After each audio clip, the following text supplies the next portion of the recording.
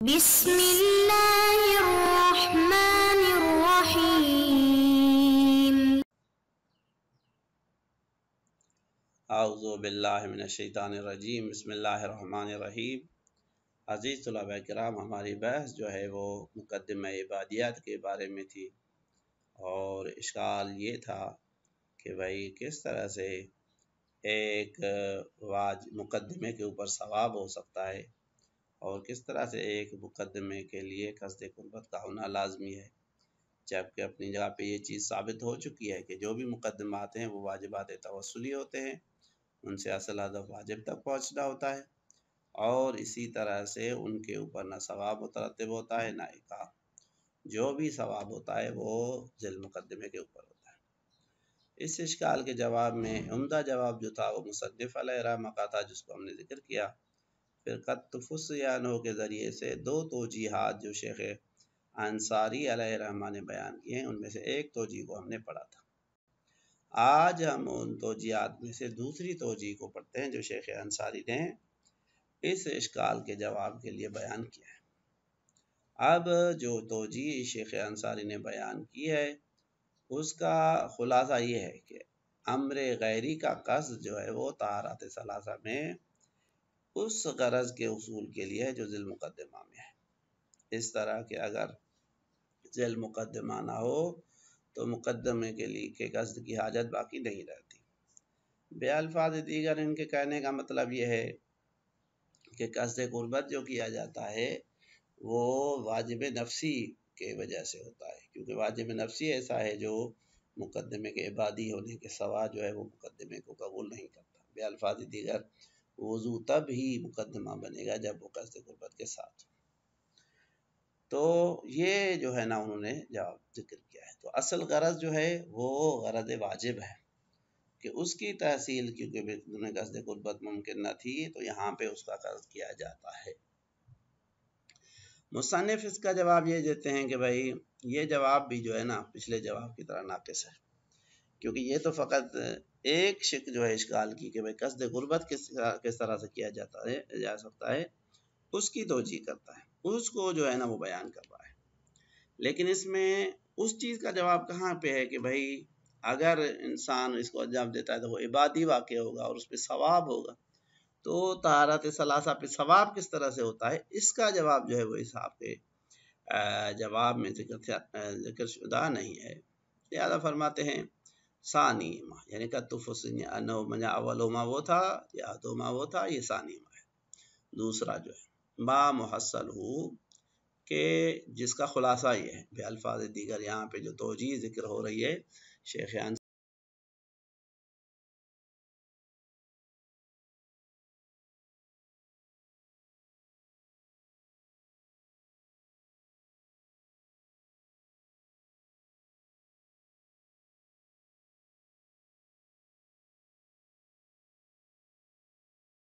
لازم ہونا جو ہے یہ کیوں ہے، کہتے ہیں انما یکون لاجل ان الغرض من الامر نفسی بغایتها، یہ اس وجہ سے ہے کیونکہ وہ غرض اور ہدف جو امر نفسی کہ اس کے غایات کے حوالے سے مد نظر ہوتی ہے، وہ ہدف جو ہے وہ غرض جو ہے کما لا یکاد یحصل بدون قصد القربت بموافقت، جس طرح سے وہ قصد قربت قصد تقرب کے بغیر جو ہے وہ حاصل نہیں ہوتی، کہ اگر انسان اس کو انجام دے لیکن قصد قربت نہ کرے، اس کی قصد امتثال بموافقتی کہ میں اس امر کے مطابق کو انجام دے رہا ہوں، وہ جیسے حاصل نہیں ہوتی۔ کذالک لا یحصل ما لم یؤت بها کذالک، اسی طرح سے یہ غرض جو ہے نا وہ انجام نہیں پائے گی جب تک ان طہارات ثلاثہ کو اس طرح یعنی قصد قربت کے ساتھ جو ہے نا وہ انجام نہ دیا جائے۔ لا باقتضاء امر الغیری، بس یہ قصد قربت کا لازم ہونا طہارت ثلاثہ کے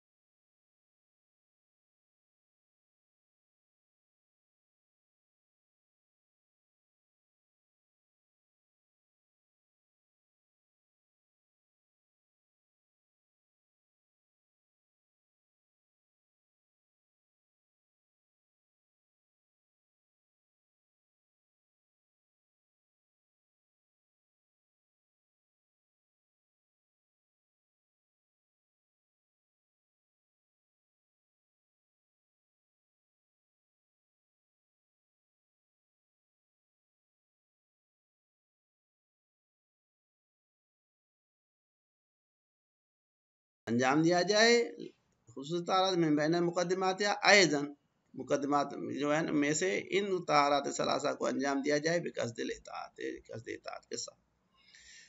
پس اگر طہارات کو اس قصد کے ساتھ انجام نہ دیا جائے گا تو وہ مقدمہ بھی نہیں بنے گا. لہذا یہ ہو گیا شیخ انصاری کی توجیہ کا خلاصہ. اس کے بعد جو مصنف نے اس میں جواب دیا ہے کہ یہ بھائی جواب ناقص ہے، لہذا فرماتے ہیں فی ہے کہ اس توجیہ دوم میں بھی اشکال جو ہے وہ موجود ہے. اگرچہ شیخ انصاری نے کوشش کی ہے کہ اس کی طرح سے جواب دیں، لیکن یہ ان کا جواب جو ہے وہ ناقص ہے. انہو غیر وافن بدفع اشکال. یہاں پہ ہونا یہ چاہیے تھا کہ یہاں پہ ایک لفظ کو ہم اضافہ کر دیتے ہیں، یعنی انہو غیر وافن بدفع تمام الاشکال، یہاں پہ کمال اشکال، کہ یہ اشکال کا بعنوان کمال تمام مکمل جواب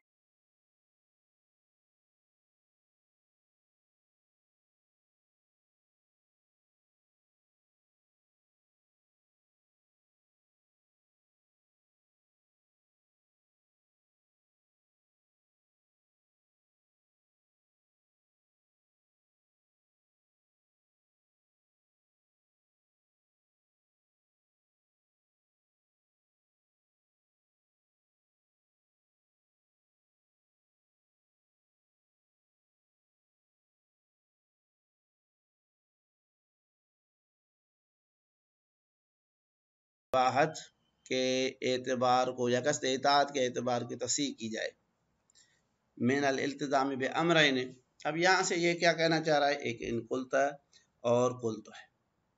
اصل جواب یہی ہو گیا کہ بھئی یہ اشکال جو ہے کافی ہے. اب اما ماقیلہ سے لے کے ان قلت کے ذریعے سے ایک تیسری توجیہ ہے، اس کا جو ہے نا وہ جواب دیا گیا ہے.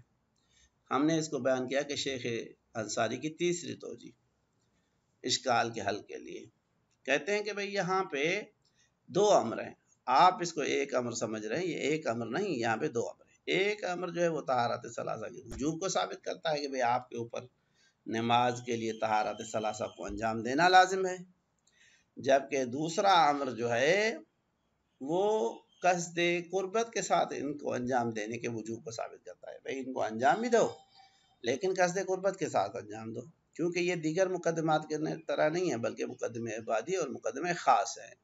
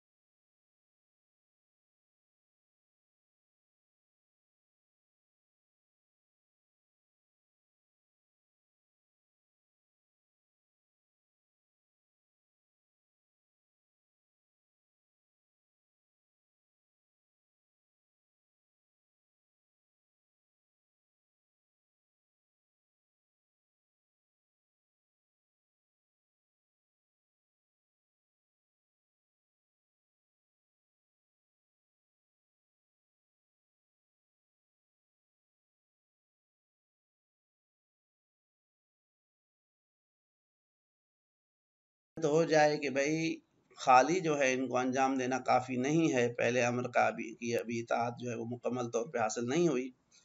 وہاں پہ عقل کیا کہے گا کہ بھئی کون سی چیز حائل ہے کہ عقل کا جو ہے نا پہلے امر کا امتثال حاصل نہیں ہو رہا.